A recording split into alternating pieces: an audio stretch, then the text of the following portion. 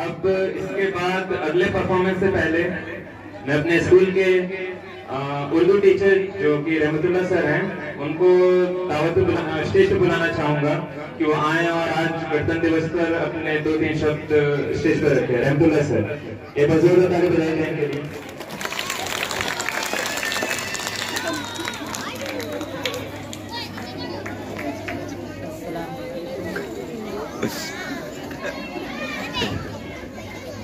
आप तमाम लोगों को एक बार अस्सलाम वालेकुम।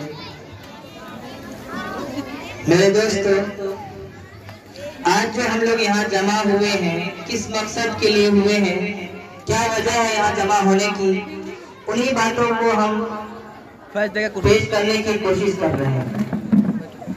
सबसे पहले तो मेरे दोस्तों, आज यौम जमहूरिया यानी 26 जनवरी है और ये हम क्यों मनाते हैं? हम इसलिए मनाते हैं कि हमारे शहीदों ने, हमारे बड़ों ने, हमारे देश के सिपाहियों ने किस तरह दुश्मनों से जंगें लड़ने के बाद जब इस देश को आजाद किया, आजादी का सांस लेने की कोशिश की इस देश में, और एक वक्त ऐसा भी हुआ कि ये देश आजाद हो गया और हम लोग सुकून की सांस लेने लगे। लेकिन कोई भी इदारा हो या कोई भी आस्था हो या कोई भी ऐसी टीम हो, तो हर टीम का एक उसूल होता है, एक ज़ाब्ता होता है, एक कानून होता है। उसके मुताबिक कुछ काम किए जाते हैं और अपने टीम को चलाते हैं लोग। उसी तरह जब आजाद तो हमारा देश हो गया था, लेकिन कोई ऐसी कानून नहीं थी जिसके तहत हम अपने हिंदुस्तानी भाइयों को, हिंदुस्तानी साथियों को यानी जिंदगी गुजार सके। तो उसके बाद 1950 ईस्वी में कम से कम 300 लोगों ने मिलकर आईन हिंद को लिखा, जिसमें मौलाना अबुल कलाम आजाद, डॉक्टर भीमराव अंबेडकर और इन जैसे बहुत से अमन पसंद लोग थे जो इनमें शामिल होकर आईन हिंद को लिखा। और उसके बाद हम तमाम हिंदुस्तानियों को इस चीज का सबक दिया कि अमन और अमान के साथ अगर इस देश में रहना है तो उसका एक ही तरीका है, वो क्या है? मोहब्बत। वो क्या है? मोहब्बत। तो आपस में भाईचारा के लिए बहुत सी मिसालें पेश की उन लोगों ने। जब अंग्रेजों के खिलाफ पहली बगावत हुई तो उनमें भी 2 दोस्तों ने मिलकर की। एक दोस्त का नाम क्या था? मौलवी आमिर अली। एक दोस्त का नाम क्या था? मौलवी आमिर अली। और दूसरे का नाम था पठान, ऐसे कुछ नाम था उनका भी। वो भी हिंदू धर्म से ताल्लुक रखते थे।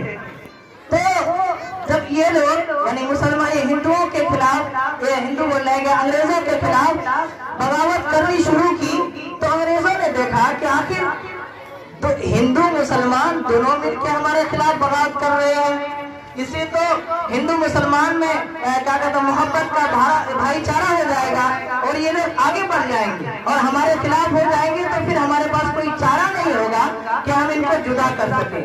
तो उन लोगों ने क्या साजिश की कि ये दो दोस्त थे, इनको फांसी पर चढ़ाने का मंसूबा बनाया गया। तो अंग्रेजों ने ये दोनों दोस्त जो थे इनको एक ही पेड़ से, एक ही फंदे में फांसी देने की कोशिश। और क्या मतलब? पेड़ एक, फांसी का फंदा एक, गर्दन 2। तो ये सब जो मिसालें हैं हम तमाम हिंदुस्तानियों के लिए कि कैसे उन लोगों ने हमारे देश में अमन अमान और भाईचारा और गंगा जमुना तहजीब को कायम रखने के लिए किस तरह की कोशिशें की, जो हम सब के सामने पेश की जाती है। आज हम उनकी तारीफ करते हैं, तो हम लोगों को भी चाहिए कि हम अपनी तारीफ बनाएं, हम अपने आइंदा नस्ल को एक सबक दें कि कैसे भाईचारा के साथ रहा जाता है। रानी लक्ष्मीबाई का नाम तो आप लोगों ने सुना होगा कि बहुत बहादुर थी और उन्होंने हिंदुस्तान के लिए बहुत सी ऐसी कोशिशें की जो हम सब नहीं कर सकते। तो इसीलिए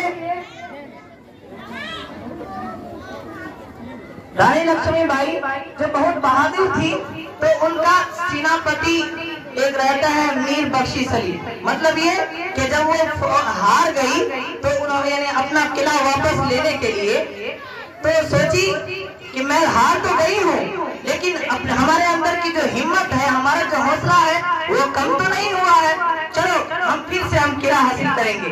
तो उसके बाद वो अपने फौज को लेकर किला में जाती है जहाँ से वो उनको निकाला गया था। तो उस किला के पास जाती है तो अपने फौज को कहते हैं भाई हमला करो। तो उनके जो कमांडर थे उनका नाम था मीर बख्शी सलीम। वो क्या थे? एक मुसलमान थे। और उनकी रानी कौन? रानी लक्ष्मीबाई। और उनका कमांडर मीर बख्शी सलीम। तो मीर बख्शी सलीम को जैसे ही वो रानी ऑर्डर देती है तो वो उनके आंखों में आंसू आ जाता है या वो खामोश हो जाते हैं। तो फिर उनकी रानी पूछती है कि मीर बख्शी सलीम, आखिर किस चीज ने तुमको रोक रखा है? दरवाजा तुम्हारे सामने है, तो तुम्हारे पास है, आखिर क्यों तुम हमला नहीं कर रहे हो? तो उनके मीर बख्शी सलीम कहती है, रानी कैसे बताऊं मैं, दरवाजा की एक तरफ मस्जिद है और दूसरी तरफ मंदिर है, मैं हमला करूं तो इनमें से किसी एक को तोड़ना पड़ेगा। तो उन ये बात सुनकर रानी लक्ष्मीबाई कहती है, तुम किस बात का टेंशन लेते हो, यानी तुम किस बात से डर रहे हो, तुम बेधड़क मंदिर को तोड़ दो। उसके बाद वो मीर बख्शी सलीम उनकी आंखों में आंसू आ जाता है। फिर अपने पलट कर अपने फौज से कहते हैं, ऐ मुसलमानों की फौज, तुम्हारी रानी ने तुम्हारे यानी मस्जिद को बचाने के लिए अपनी मंदिर को कुर्बान कर दिया।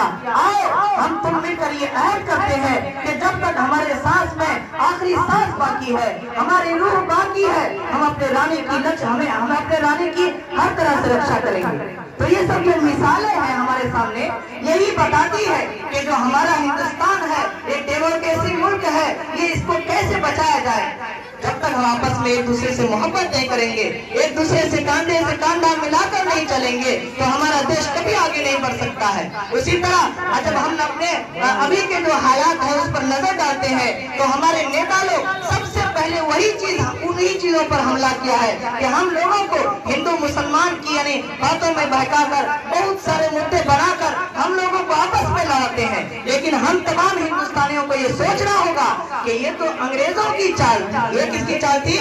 अंग्रेजों की चाल थी कि वो हिंदू मुसलमानों को आपस में लड़ाकर अपनी रोटी सेका करते थे, अपने राज जमाया करते थे, अपनी हुकूमत क्या करते थे। तो बताइए क्या हम अभी अंग्रेजों के गुलाम हैं?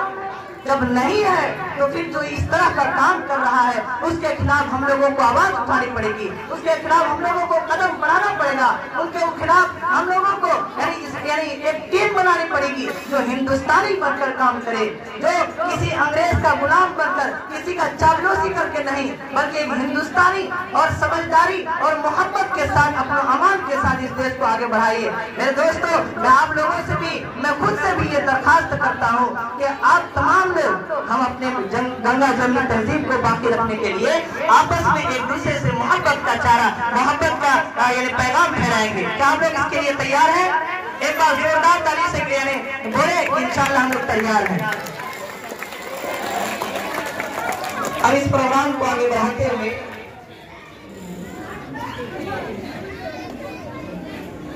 एक पोएम